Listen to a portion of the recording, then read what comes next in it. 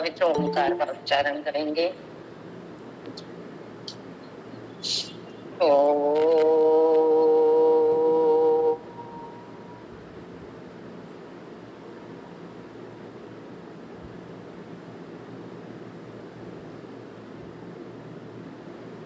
सहनावतु सहनो भुनक्तु सह वीर्यं करवावहै तेजस्विनावधीतमस्तु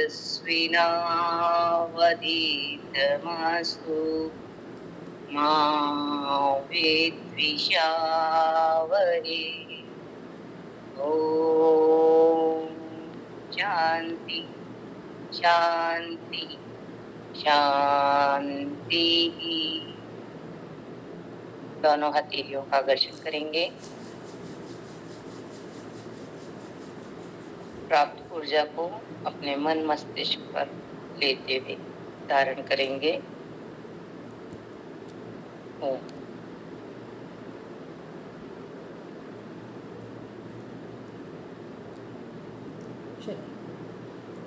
आज एक रिवीजन लेते हैं, फिर इस कॉन्सेप्ट को आज यहीं कंप्लीट करेंगे, क्योंकि फर्स्ट चैप्टर के बाद फिर सेकंड चैप्टर स्टार्ट होगा।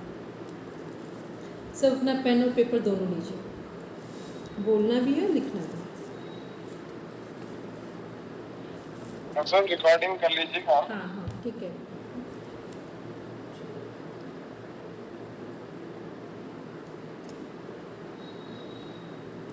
सबसे पहले लिखेंगे नंबर ऑफ सूत्र।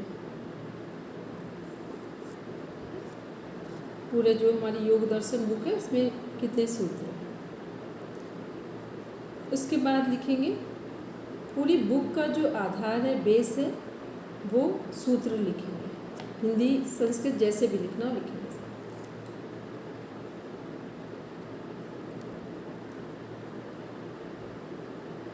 मैम बेस क्या बोले लास्ट का?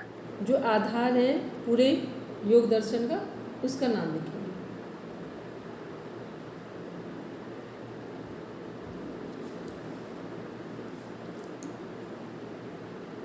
जहाँ कोई भी कंफ्यूजन होगा तो यही पूछ लेंगे, ठीक है।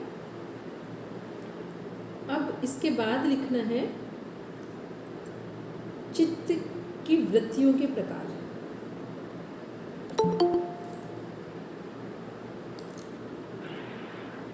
मैम आवाज नहीं आ रही है। सबको नहीं आ रही है? आ रही है मैम, क्लियर आ रहे। मैम बहुत क्लियर नहीं है, थोड़ी आवाज आ रही है फिर टूट रही है। एक बार डॉक्टर साहब एक बार लीव करके फिर ज्वाइन करिए, आ जाएगी। हाँ, मोबाइल से लीव करिए। नहीं, भारती जी लीव करके ज्वाइन करें, बाकी सबको ठीक आ रही है। हाँ, चंद्रकला मैम आवाज सही आ रही है? जी मैम बिल्कुल क्लियर है। तो एक बार जिसको हाँ मैम क्लियर है, सब बिल्कुल क्लियर है। तो एक बार लीव करके दोबारा ज्वाइन कीजिए। चलिए नेक्स्ट लिखेंगे थर्ड नंबर पे चित्त का वृत्तियों के प्रकार बोला था, या वो बोला था? नहीं, पहले संख्या प्रकार बोला है, अब संख्या बोलिए। अब संख्या, प्रकार के बाद संख्या या नाम लिखेंगे। शुद्ध में हम शुरू करेंगे। हमने पहले बोला था सूत्र कितने हैं वो लिखना है, फिर सभी सूत्र जो 195 सूत्र का बेस है वो सूत्र लिखना है जो आधार है पूरी बुक का, फिर चित्त की वृत्तियों के प्रकार लिखने हैं, फिर वृत्तियों के नाम लिखने हैं, ठीक। अब जहाँ से कवर कर पाए वहाँ से कवर करेंगे। मानसी क्लियर है? चलो फिर अब लिखेंगे चित्त जो है, चित्त की भूमियाँ लिखेंगे। चित्त की भूमियाँ, भूमियाँ और अवस्थाएं दोनों एक ही हैं, ठीक है। चित्त की अवस्थाएं हैं या भूमियाँ हैं, दोनों एक ही हैं।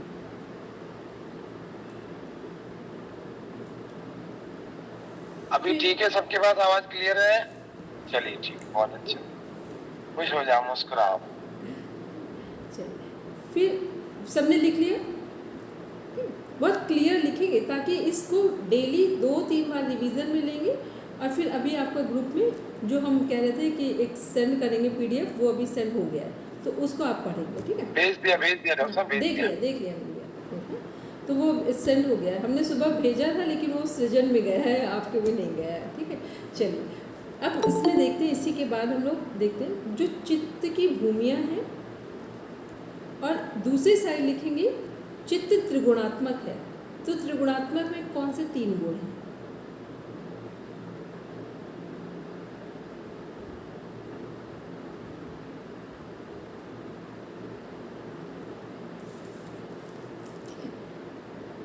चित्त त्रिगुणात्मक है, वो 3 गुणों को एरो लगा के चित्त भूमियों में कनेक्ट कीजिए जाके।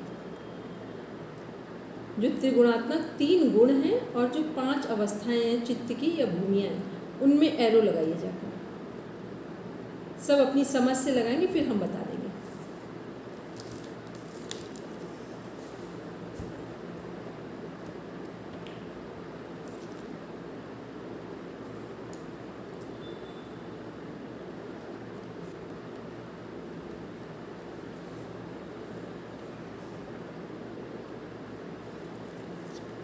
लगा लिया सबने? बोलेंगे चंद्रकला में। जी मैम। बोलिए। योग दर्शन, पहला प्रश्न है योग दर्शन में सूत्र ये जो चित्त 195। भूमियाँ हैं, चित्त भूमियों को त्रिगुण से कनेक्ट कीजिए। अच्छा, जी जी। चित्त के 3 गुण सत्व, रज और तम। सत्वगुण में निरुद्धावस्था है, रजोगुण में क्षिप्त अवस्था है और तमोगुण में मूढ़ अवस्था। ठीक है, तो फिर एकाग्रावस्था में मैम निरुद्ध, एकाग्र और निरुद्ध दोनों सत्वगुण में जाएगी। एकाग्र और निरुद्ध दोनों सतोगुण में जा रहे हैं। ठीक है, अब इसको और अच्छे से समझ लें। तो एकाग्र अवस्था सतोगुण है। ठीक है, एकाग्र अवस्था सतोगुण हो गई। फिर विक्षिप्ता अवस्था क्या हो गई? रजोगुण और सतोगुण का मिश्रण है, दोनों है वहाँ पे। ठीक है, सब पढ़ाए थे ना कि वहाँ पे हमारे अच्छे विचार भी है लेकिन कई बार बैक हो जा रहे हैं, तो रजोगुण और सतोगुण दोनों हैं। फिर क्षिप्तावस्था में क्या था? सब रजोगुण है। ठीक है, और जो मूढ़ावस्था है वो तमोगुण है। तो निरुद्धावस्था में कौन सा गुण होगा? मैम गुणातीत अवस्था है। वेरी गुड, तीनों गुणों से पार हो गई, गुणातीत अवस्था है। गुणातीत अवस्था का नाम ही मोक्ष, मुक्ति, निर्वाण, कैवल्य, गुणातीत अवस्था को बोलते हैं। आशा मैम, कुछ कंफ्यूजन है? नहीं मैम, ऐसे तो समझ में तो आ रहा है। ठीक है, क्योंकि कुछ इसकी बेसिक चीज़ें हैं, बस उनको 1 बार 2 बार 5 बार आपने लर्न कर लिया, समझ लिया, तो फिर आपके लिए ये जो योग दर्शन का कॉन्सेप्ट है ये आसान लगेगा। मानसिक क्लियर लग रहा है?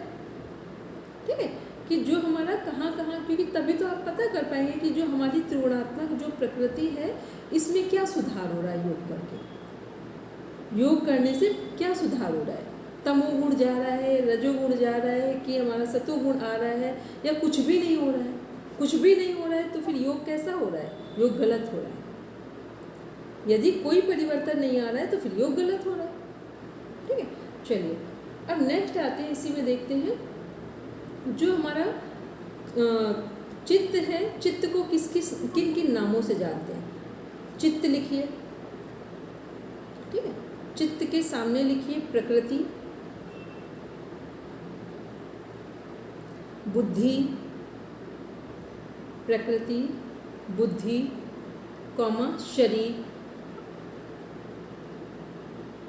कॉमा यूनिवर्स में जो चित्त के सामने, ये चित्त में सब आ रहे हैं। ठीक है, क्योंकि चित्त किधर जा रहा है अभी हम लोग पढ़ेंगे। चित्त को कभी बुद्धि के नाम से देखा जा रहा है, कभी प्रकृति के नाम से देखा जा रहा है। तो अब एक और कॉन्सेप्ट इसी में देख लेंगे कि जब चित्त को प्रकृति में देखा जाएगा तो ये पूरा यूनिवर्स जो हमें दिख रहा है वो सब क्या है? प्रकृति है।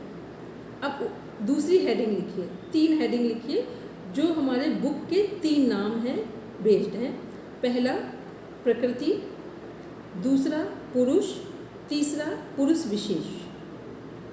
पूरी बुक में 3 शब्द हैं जो पूरी बुक इसी पर वर्किंग में है, प्रोसेसिंग में है।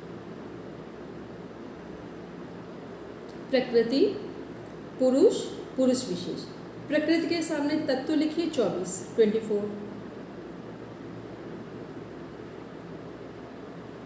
पुरुष 1 सिंगल, पुरुष विशेष सिंगल।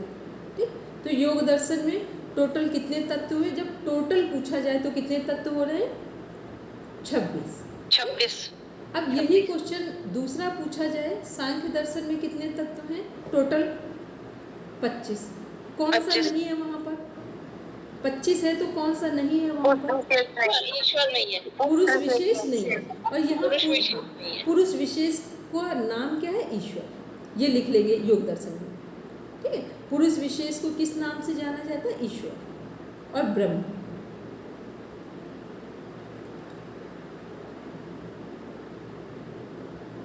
ठीक है, अब इसमें देखते हैं प्रकृति, पुरुष, पुरुष विशेष। पुरुष क्या है? पुरुष है हमारी आत्मा। प्रकृति क्या है? जो भी दिख रहा है वो सब प्रकृति है। अब इस कॉन्सेप्ट को एक एक लाइन में टू द पॉइंट लिखेंगे ताकि आंसर देने में लगे कि सामने वाले को समझ में आए कि हम पढ़ कर आए हैं। प्रकृति क्या है? जो कुछ भी दिख रहा है वो सब प्रकृति है। और पुरुष क्या है? जिसके द्वारा देखा जा रहा है। सतरजतम तीनों प्रकृति में ही आ गए ना, वो सब प्रकृति में होंगे। फिर से समझेंगे, प्रकृति क्या है? जो कुछ भी दिखाई दे रहा है यूनिवर्स में वो सब प्रकृति है। और जिसके द्वारा देखा जा रहा है वो क्या है? पुरुष है। अभी किसी को कंफ्यूजन तो नहीं यहाँ पे कुछ भी? ठीक है, अब जो इस प्रकृति और पुरुष को कंट्रोल कर रहा है, चला रहा है, वो कौन है? पुरुष विशेष।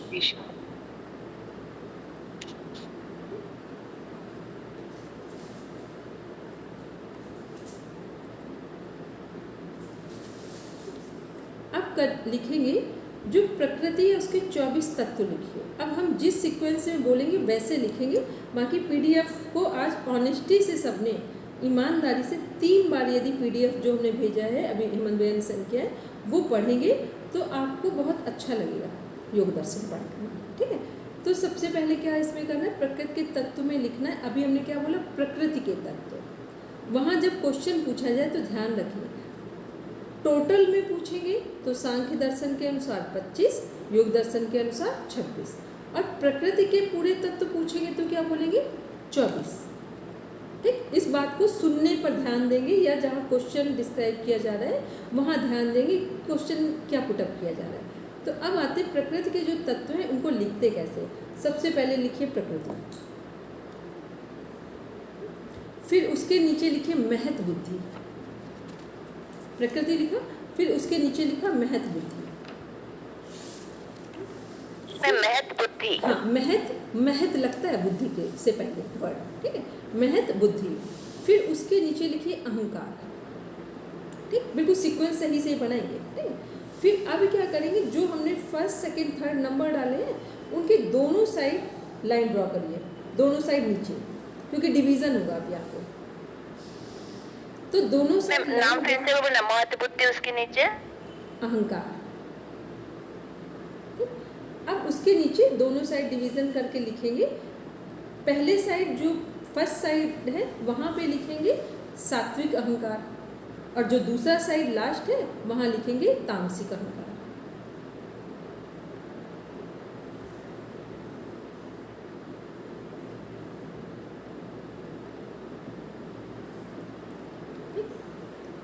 ऊपर हेडिंग डालिए, चार्ट किसके अनुसार बन रहा है? सांख्य दर्शन के अनुसार। ठीक, बाकी जब पीडीएफ आप देखेंगे तब आप अपने मन से योग दर्शन का बनाएंगे, बस छोटा सा अंतर है, बाकी सेम है दोनों में। तो हमने पहले क्या लिखा? अभी एक बार फिर डिवीजन में ले लेंगे, प्रकृति, महत बुद्धि, फिर अहंकार, फिर डिवीजन किया। फर्स्ट साइड सात्विक अहंकार, दूसरे साइड लास्ट में हमने लिखा तामसिक अहंकार। राजसिक क्यों नहीं लिखा है? क्योंकि राजसिक दोनों साइड है। सात्विक की तरफ भी राजसिक आएगा, क्योंकि सात्विक व्यक्ति भी यदि भोजन करेगा, नहाएगा, बात करेगा, कुछ भी करेगा तो किसके कारण कर पाएगा? राजसिक अहंकार। नहीं तो सात्विक वाला पूरा समाधि में चला जाएगा। तो जितनी भी एक्टिविटी जो हमारे शरीर को जीवित रखने में मूवमेंट कर रही हैं वो सब सात्विक वाले में किससे जुड़े? राजसिक से जुड़े हैं। उधर तामसिक वाला भी जीवित है तो भोजन कर रहा है, तो उधर भी राजसिक जुड़ रहा है। इसलिए राजसिक को अलग से मेंशन नहीं किया जाता है। राजसिक वाले के अंदर सात्विक प्रवृत्ति भी होती है और तामसिक भी होती है, इसलिए वो दोनों तरफ डिवाइड है। क्लियर है कि राशि क्यों नहीं बीच में रखा है? ठीक है, चलिए अब देखते हैं जो सात्विक वाला है उसके नीचे एक एरो लगाएंगे, उसके नीचे एक एरो लगाएंगे सात्विक की तरफ। जो सात्विक अहंकार है उसके नीचे एरो लगाएंगे, फिर लिखेंगे वहाँ पर सबसे पहले मन, नंबर डालेंगे मन। फिर दूसरे साइड उसी एरो के नीचे 3 डिवीजन कर लीजिए या अलग अलग नाम लिखे। तो पहला मन हो गया, दूसरा 5 ज्ञानेंद्रियां, फिर 5 कर्मेंद्रियां। मैम ये थोड़ा सा वापस बोलेंगे, आवाज आपकी रुक सी गई थी। मेरी नहीं, मतलब मेरे पास नहीं आ रही थी। कोई बात नहीं, कोई बात नहीं, बोल रहे हैं। ठीक, जो हमारा सात्विक अहंकार है उसके नीचे एरो लगाया, वहाँ पर हमने पहला लिखा मन, फिर दूसरे नंबर पे लिखा 5 ज्ञानेंद्रियाँ, सभी को पता है 5 सेंस ऑर्गन। ठीक है, फिर तीसरे नंबर पे वही लिखा सात्विक अहंकार के नीचे ही 5 कर्मेंद्रियाँ। मानसी हो गया? चलिए ठीक है, अब क्लियर है आशा में? अब आते हैं तामसिक अहंकार, जो तामस अहंकार, उधर जाते हैं। ठीक, उसके नीचे एरो लगा के लिखेंगे 5 तन्मात्राएं।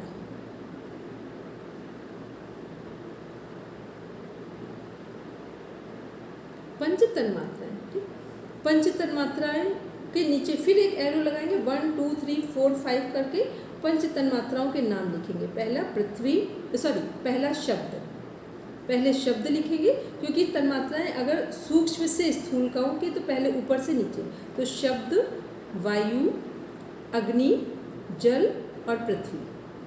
शब्द, वायु, अग्नि, जल और पृथ्वी। हमने सही बोला है? मैम तन्मात्रा नहीं, तो कोई बोला आपने नहीं? पंचमात्र बोल दिए, तन्मात्राएं नहीं बोली। वो सब लिख रहे हैं कोई कुछ नहीं बोला कोई कुछ नहीं बोला, सब पूरा मन से दिख रहा है। अगर हम भी क्या दिखाएंगे, वीडियो आएगा तो देखना पूरा मन से सब ऐसे बैठे। चलिए फिर से लिखेंगे तन्मात्राएं। सबसे पहले शब्द, जब पढ़ते उस टाइम ध्यान में आता, अभी तो लिख रहे थे ना। नहीं पता है, जब हम लोग पढ़ रहे हो तो विद्यार्थी बन के पढ़ेंगे। ठीक, जब पढ़ रहे हो तो विद्यार्थी बन जाएंगे, बाद में फिर हम जो कर रहे हैं वैसे ही बन जाएंगे, कोई बात नहीं। ठीक, चलिए सबसे पहले लिखेंगे शब्द, फिर स्पर्श, फिर रूप। शब्द, स्पर्श, रूप, फिर रस और फिर गंध।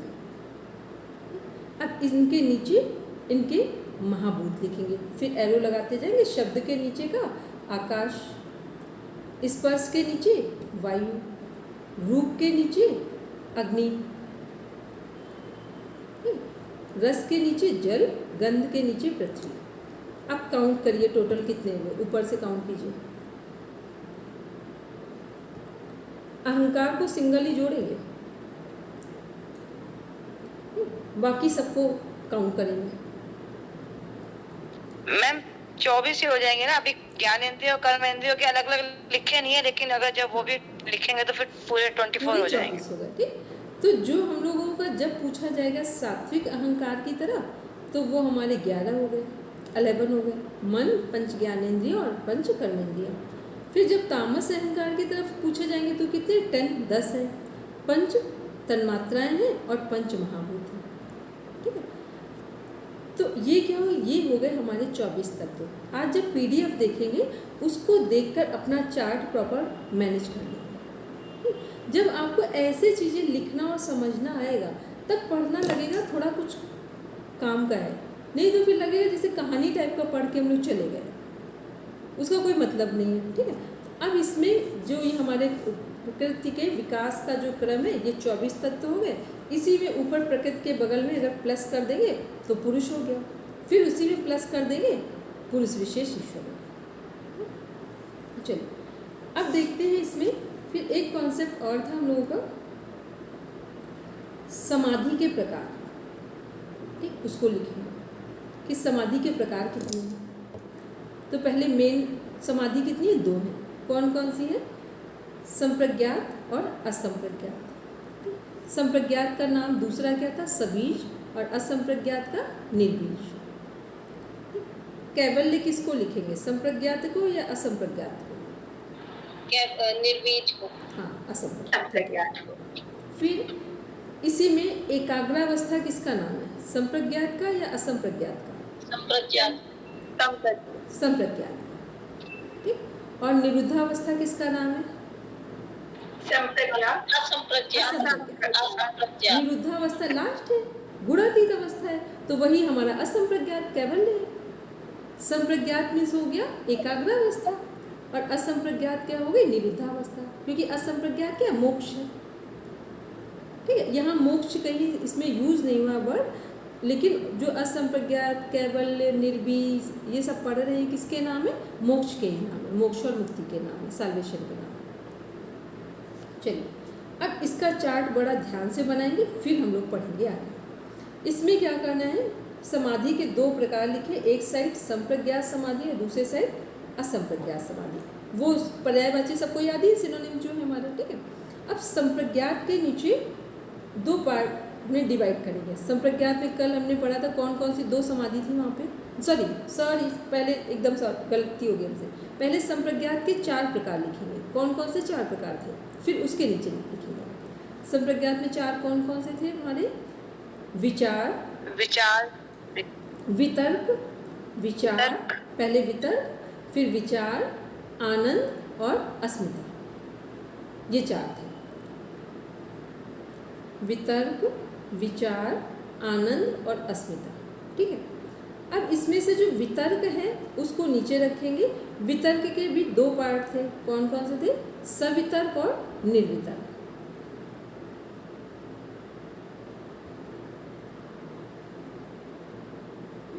फिर दूसरे साइड विचार में भी को भी 2 पार्ट्स में डिवाइड किया है, वो कौन कौन से थे, सविचार और निर्विचार।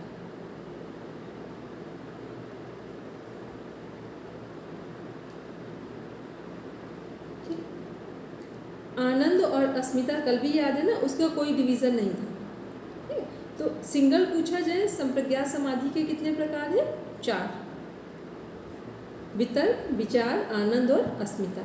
वितर्क को 2 पार्ट में डिवाइड किया गया है, 2 पार्ट्स में, सवितर्क और निर्वितर्क, और विचार को सविचार और निर्विचार। वितर्क जो संप्रज्ञात समाधि में वितर्क समाधि है वो किस पर लग रही है, स्थूल विषयों पर, उसके नीचे एरो बनाइए, लिखिए स्थूल विषयों पर ये समाधि लग रही है।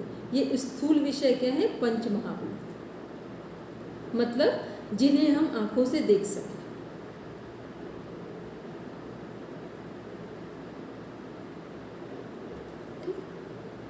फिर विचार समाधि क्या है, तन्मात्राओं पर है, ठीक है।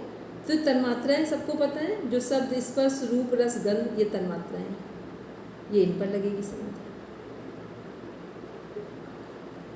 चलिए बस ये पार्ट कंप्लीट होता है। अब दूसरे साइड आते हैं असंप्रज्ञात की तरफ। असंप्रज्ञात समाधि भी संप्रज्ञात 4 प्रकार की है, तो असंप्रज्ञात को 2 प्रकार की बताया गया है। तो असंप्रज्ञात के 2 प्रकार कौन कौन से हैं, पहला है भव प्रत्यय, भव प्रत्यय, भव व भव प्रत्यय। दूसरा है उपाय प्रत्यय, पहला भव प्रत्यय, दूसरा उपाय प्रत्यय, ठीक। फिर अब जो भव प्रत्यय समाधि है वो कौन से लोग प्राप्त करेंगे, कौन से लोग इसके अधिकारी हैं भव प्रत्यय समाधि को प्राप्त करने के, विदेह योगी। भव प्रत्यय समाधि को प्राप्त करने वालों का नाम क्या है, विदेह योगी। देह होती है शरीर, वही विदेह योगी।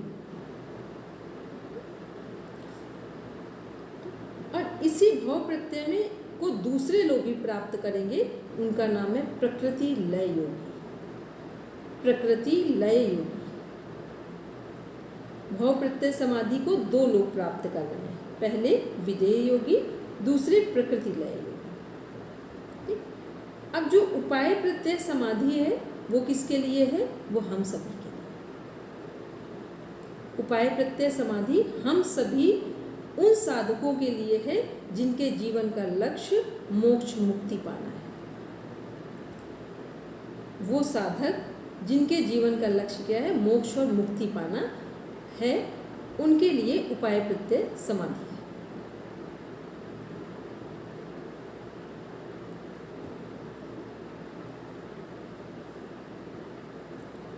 मुख्य अक्लिष्ट वृत्ति,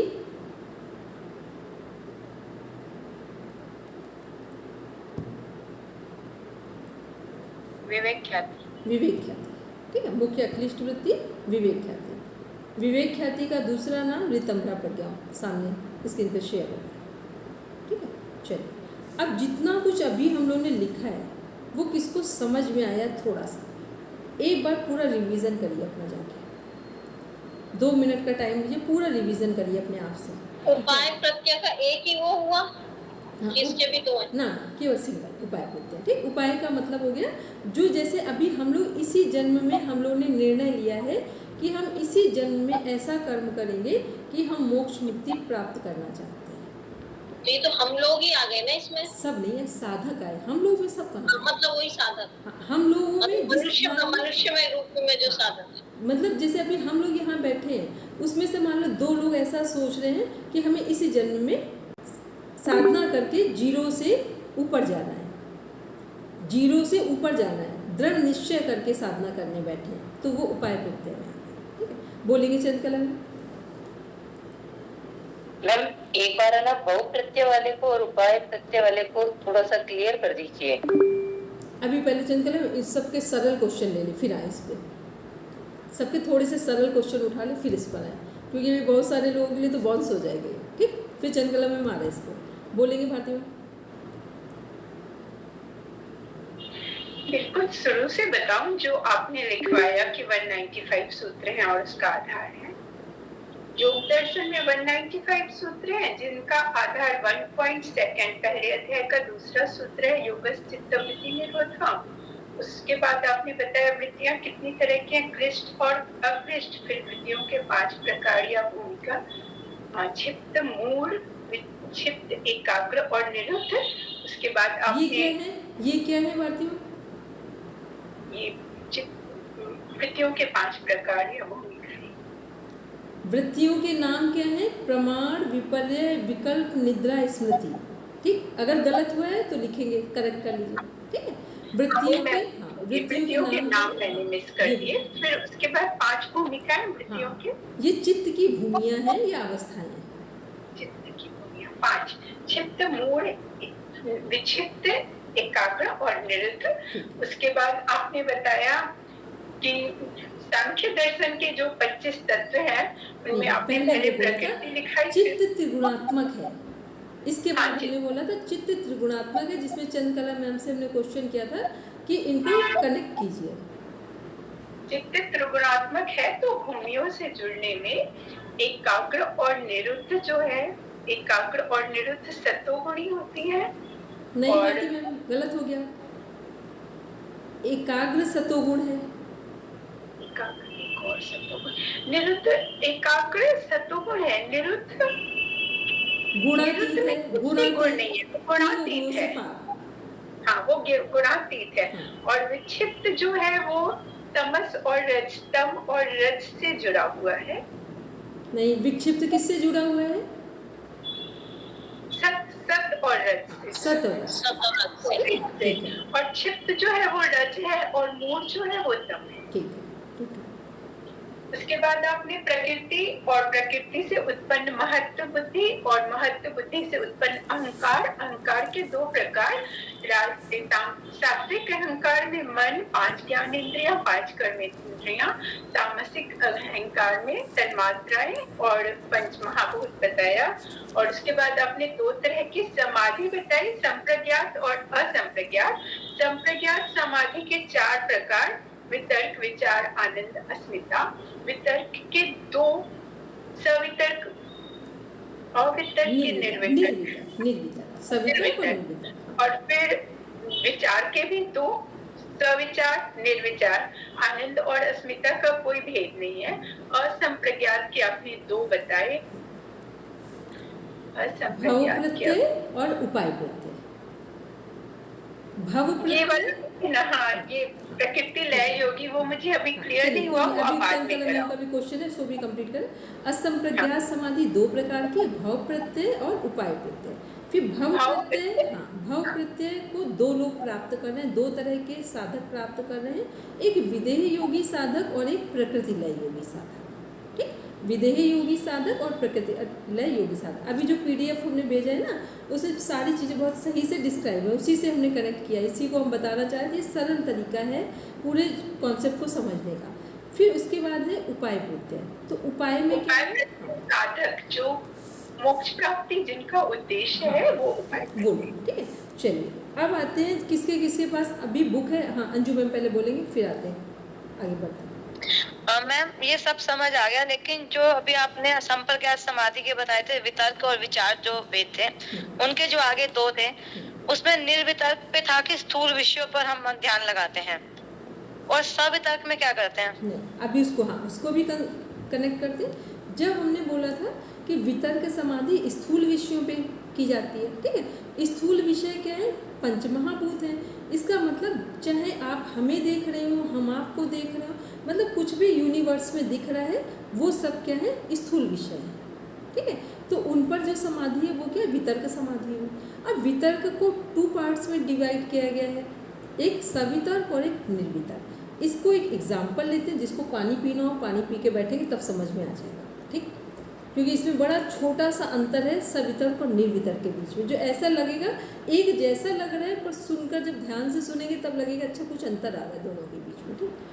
देखो जैसे मान लो अभी हमें, जब भी हम किसी पर त्राटक करते हैं, ध्यान करते हैं, तो किन पर करते हैं? एक आंसर कोई भी इम्पोर्टेंट पूरी सही, मतलब जो दिखता है प्रकृति में। नहीं वो हो गया।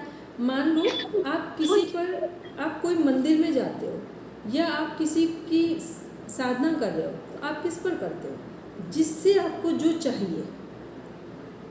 मान लो किसी व्यक्ति को बल चाहिए, तो वो साधना किसकी करेगा? महालक्ष्मी माता की। किसकी करेगा? हनुमान जी की। बिल्कुल सिंपल, ठीक। किसी को अपना स्वभाव बहुत प्योरिटी वाला चाहिए, बहुत शांत सहज चाहिए, ब्रह्मा विष्णु महेश में किसकी पूजा करेंगे? विष्णु, ब्रह्मा की। ब्रह्मा। स्वभाव अगर शांत चाहिए तो किसकी पूजा करेंगे? श्री राम, महेश। शिव जी जो महेश है। वो तो उग्र स्वभाव के नहीं है, जल्दी गुस्सा नहीं आता उनको। शिव जी महेश जो है वो शिव जी में आएंगे। शिव जी क्या है? चंद्रमा और गंगा जल से कनेक्ट हो रहे हैं, तो हमारे दिमाग की शांति के लिए शिव जी काम करते हैं, ठीक है। और जो विष्णु जी हैं वो क्लेवर माइंड है, ठीक है। सबसे चालाक भगवान जी कौन से हैं? विष्णु भगवान जी तो हैं। वो जहाँ कोई फंस जाता है वो तुरंत निकालना जानते हैं, ठीक है। तो ये क्या है कि हमें जिसको जिससे जो चाहिए हम उसकी साधना करते हैं, उसके ऊपर त्राटक करते हैं, एकाग्रता करते हैं, उसकी पूजा करते हैं, ठीक। ये बात है क्लियर कि नहीं है सबको? जिससे हमें जो चाहिए हम उसको चूज़ करते हैं। मान लो किसी को खिलाड़ी बनना है, तो एक प्लेयर बनेगा, प्लेयर बनना है बैडमिंटन का, या हम लोग कहते हैं क्रिकेटर बनना है, बैट्समैन बनना है, तो वो किसको लाएगा? बैडमिंटन वाले प्लेयर को लाएगा, सानिया मिर्जा या और किसी को लाएगा? किसको लेकर आएगा? किस प्लेयर को लेकर आएगा? अगर उसे क्रिकेटर बनना है, बैट्समैन बनना है, तो सचिन तेंदुलकर, राहुल द्रविड़, अभी के सब चल रहे, विराट कोहली से लेकर धोनी, कोई भी आ जाएगा उसमें।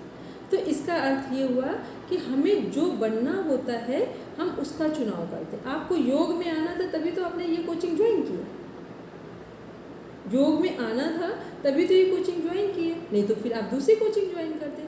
तो यहाँ हम वितर्क का उदाहरण इसलिए हमने आपको ये समझाया कि हम जिस चीज़ को प्राप्त करना चाहते हैं उसको पंच महाभूत, पंच जगत में चूज करते हैं, ठीक है। तो ये क्या हो गया? वितर्क समाधि में जो सवितर्क का एग्जाम्पल हो गया। अब सवितर्क को एक प्रॉपर एग्जाम्पल से फाइनल करते हैं। हमने कहा कि हमें बल चाहिए, बुद्धि चाहिए, तो हमने चुनाव किया हनुमान जी का, ठीक है। तो हनुमान जी पर जब हम त्राटक कर रहे हैं तो हनुमान जी अभी बाहर से अगर मूर्ति है तो मूर्ति पंच महाभूत में आ रही है या नहीं आ रही है? क्लियर है? मूर्ति किस में आ रही है? भगवान जी के पंच महाभूत में आ रही है। तो जब हम फर्स्ट टाइम हनुमान जी की मूर्ति पर बैठे हैं सामने प्रार्थना करने के लिए, त्राटक करने के लिए, क्योंकि यहाँ पर हम ध्यान करने जा रहे हैं तो पहले त्राटक कर रहे हैं। तो जब हम शुरुआत में किसी चीज़ को ध्यान से देखते हैं 15 मिनट तक, स्टार्टिंग से 15 मिनट 20 मिनट जो भी आपने टाइम सेट कर रखा हो, जब शुरुआत में देखते हैं तो हमें वो क्या क्या दिखता है। जैसे अब हनुमान जी से हटकर अपने ऊपर आते हैं। जब आपने फर्स्ट डे क्लास ज्वाइन की, हेमंत भैया के थ्रू आप लोग कनेक्ट हुए, आप लोग हमसे रूबरू हुए, तो आपने फर्स्ट डे हमको क्या देखा था, हमको किस किस परिप्रेक्ष्य में देखा था, चेक किया था? अपनी शिक्षक गुरु के बड़े बड़े नहीं, आपने देखा कि मैम की पर्सनालिटी कैसी है, फिजिकली हम कैसे दिख रहे हैं, देखा था कि नहीं देखा था सबने? ठीक। फिर मेरी वॉइस कैसी है, मेरा मेंटल सेटअप कैसा है। ठीक। जब हम शुरुआत में फर्स्ट टाइम किसी से मिलते हैं तो हम उसका पूरा फिजिकल अपीयरेंस चेक कर रहे होते हैं।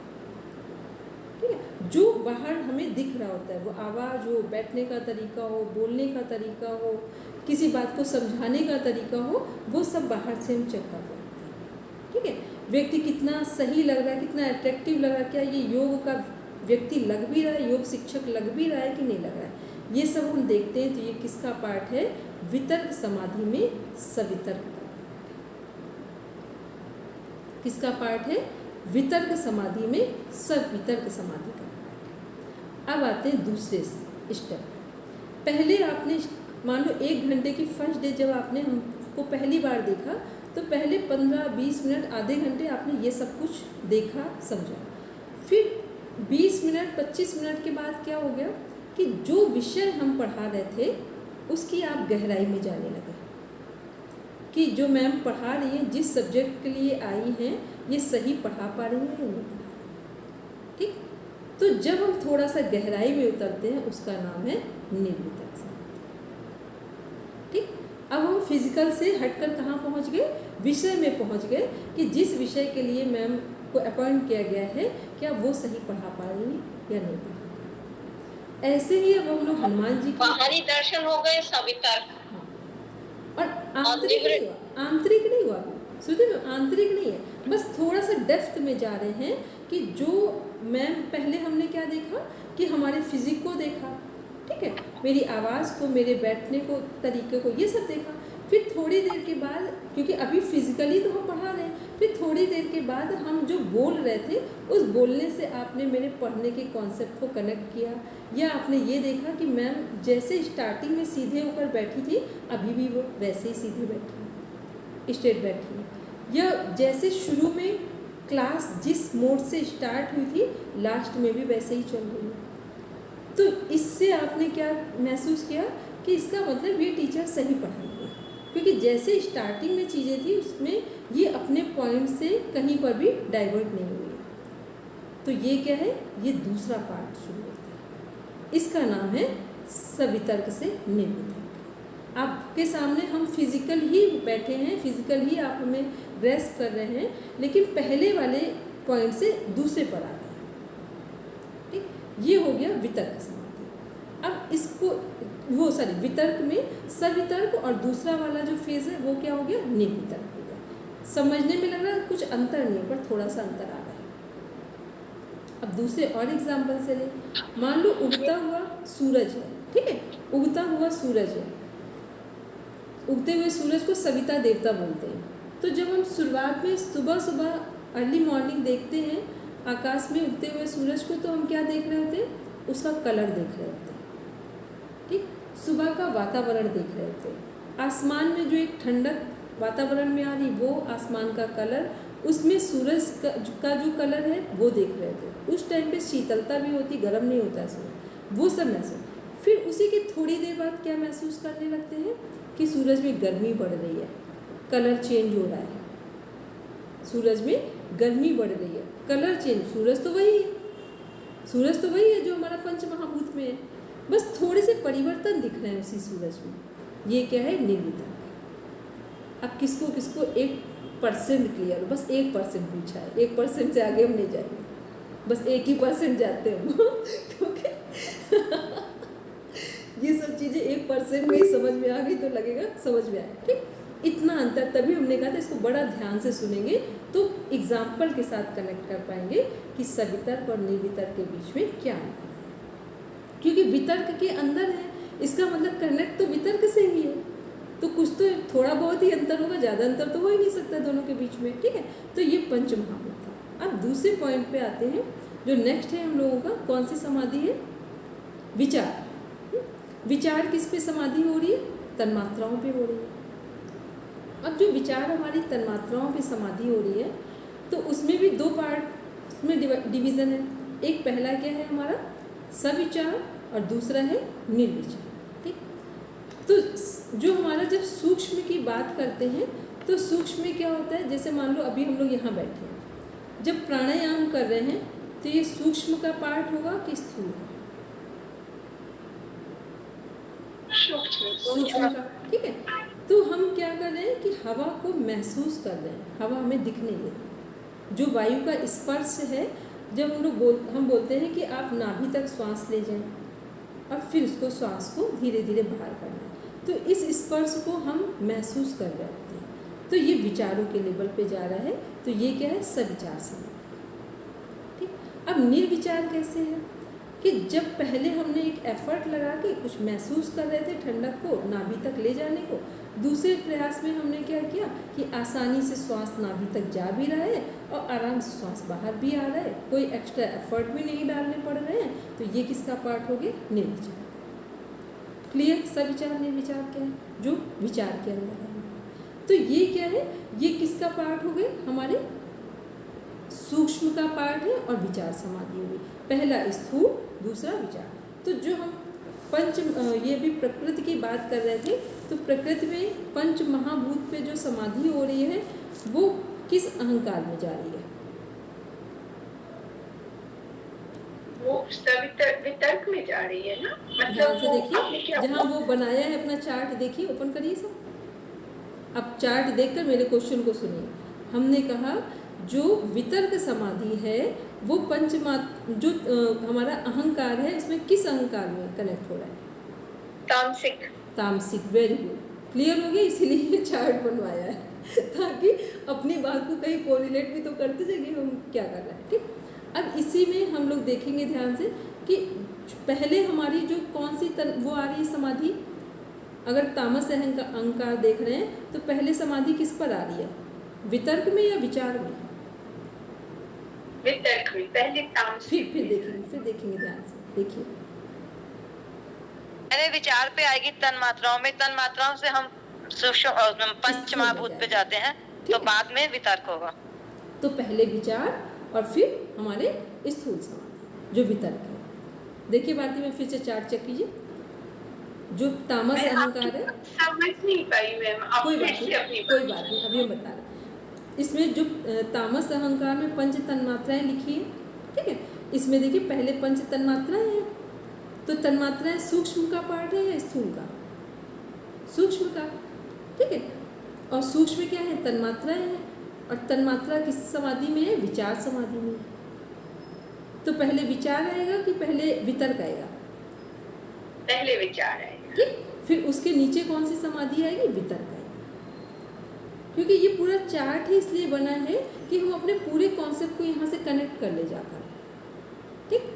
हमने जितनी चीज़ें आज अभी करवाई है और इसको जो आपको PDF भेजा है, सही से आपने रीड किया, तो कल के से जब शाम से हम लोग पढ़ेंगे तो योग दर्शन में जो कुछ भी पढ़ेंगे वो प्रॉपर समझ में आएगा। क्योंकि योग दर्शन क्या है, ये इस समय की बोला जाता है कि कोई व्यक्ति सही से योग करे। एक योग है जो हमें मेडिकल ट्रीटमेंट की लाइन में ले जा रहा है कि हमारे स्वास्थ्य को कैसे ठीक कर ले। दूसरा योग है जो हमारे स्वास्थ्य को फिजिकली, मेंटली, सोशली, स्पिरिचुअली सभी तरह से ठीक करे। उसका नाम क्या है?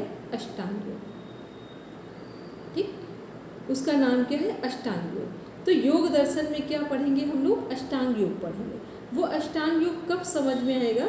जब हमने बेसिक चीज़ों को समझ रखा। अभी एक पढ़ते हैं कैसे यम नियम हमने काउंट कर लिए, पर ये कैसे हमारे जीवन में अप्लाई होते हैं, कैसे करें, कैसे इनको ठीक करें, अपनी गलतियों को सुधारें, नई चीज़ों को जोड़ें, तो वो तब समझ में आएगा जब बेसिक कॉन्सेप्ट हमने समझ रखा होगा, ठीक है।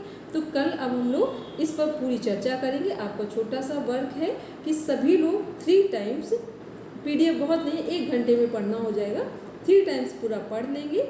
जहाँ लगे कुछ टफ लग रहा है उसको अंडरलाइन कर लेंगे और फिर कल हम लोग प्रॉपर पढ़ेंगे, ठीक है। आप बताइए अभी किसी का, हाँ एक क्वेश्चन था, 1 मिनट देख लें टाइम है अभी, ठीक है। चंद्रकला मैम का एक क्वेश्चन था, किसके किसके पास अभी यहीं पर योग दर्शन बुक है? जिनके जिनके पास योग दर्शन बुक है, ठीक है, ओपन करिए। फर्स्ट चैप्टर में 90 नंबर का सूत्र, फर्स्ट चैप्टर में 90 नंबर का सूत्र देखिए।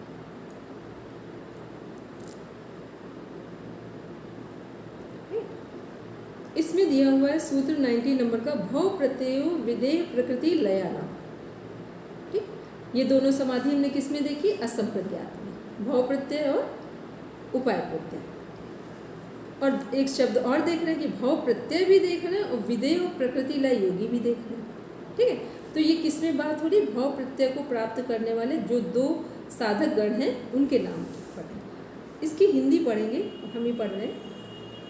पहले अर्थ देख लेते हैं। विदेह और प्रकृति लय योगियों का भव प्रत्यय कहलाता है, योग भव प्रत्यय कहलाता है।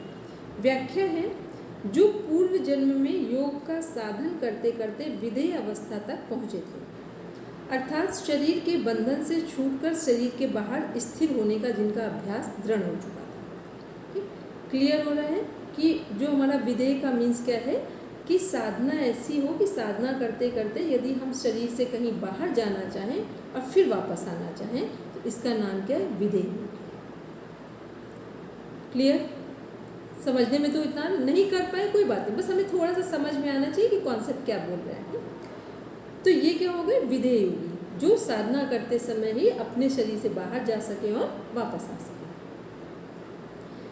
जो महाविदेह स्थिति को प्राप्त हो चुके थे एवं जो साधना करते करते प्रकृति लय तक की स्थिति को प्राप्त कर चुके थे, किंतु कैवल्य पद की प्राप्ति होने के पहले जिनकी मृत्यु हो गई, शरीर छूट गया। मतलब एक प्रकृति लय योगी हैं जो पूरे तरीके से प्रकृति में लय होने वाले, प्रकृति में लय होने का मतलब परमात्मा को प्राप्त करने वाले थे वो। विदेह जो अपने शरीर से को छोड़कर बाहर जा सके, वापस आ सके।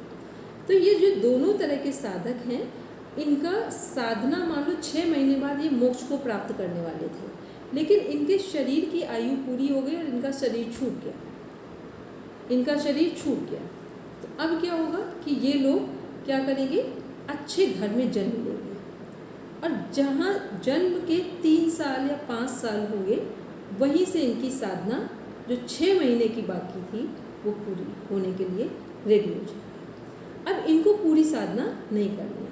मान लो भगवान बुद्ध थे, पूरा सब कुछ किया गया उनके लिए, लेकिन उनका साधना पूर्व जन्म की थी, तो सारे चक्रवर्ती सम्राट के बेटे होने के बावजूद भी, सारे पहरे लगाने के बावजूद भी, सभी व्यवस्थाओं के बावजूद भी उनको बुद्धत्व से कोई रोक नहीं पाया। तो ये क्या थे? ये विदेह योगी, प्रकृति लय योगी थे, जिनकी साधना दूसरे जन्म में जहाँ से उनकी थोड़ी सी शारीरिक स्थिति ठीक हुई, बस वहीं से पूरी हो गई। तो ये किस में आए?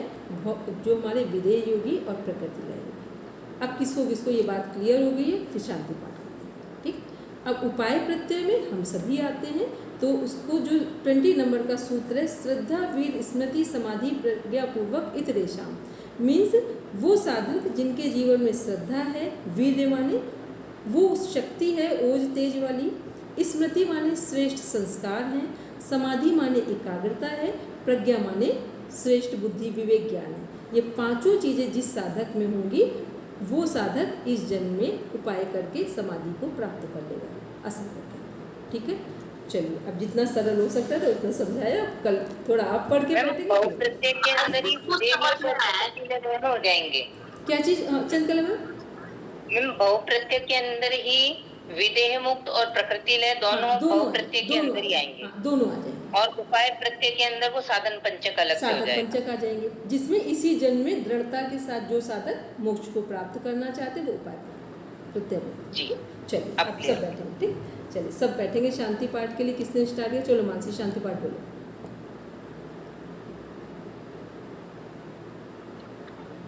मानसी बोलो। ओम शांति शांति शांति। सर्वारिष्ट शांति शांतिर्भवतु. Now rub your palms. Touch your eyes. Then open your eyes. चलिए शुभ रात्रि सबको. प्रणाम.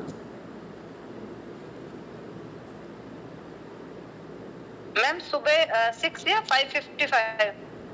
नहीं, अब 6 बजे ही करेंगे सब. उस दिन हमें कुछ चीज़ें बतानी थी, आपका मैसेज हमने पढ़ दिया था. ठीक है, उसको सबको करेक्ट कर देंगे. ठीक. Thank you ma'am. इसके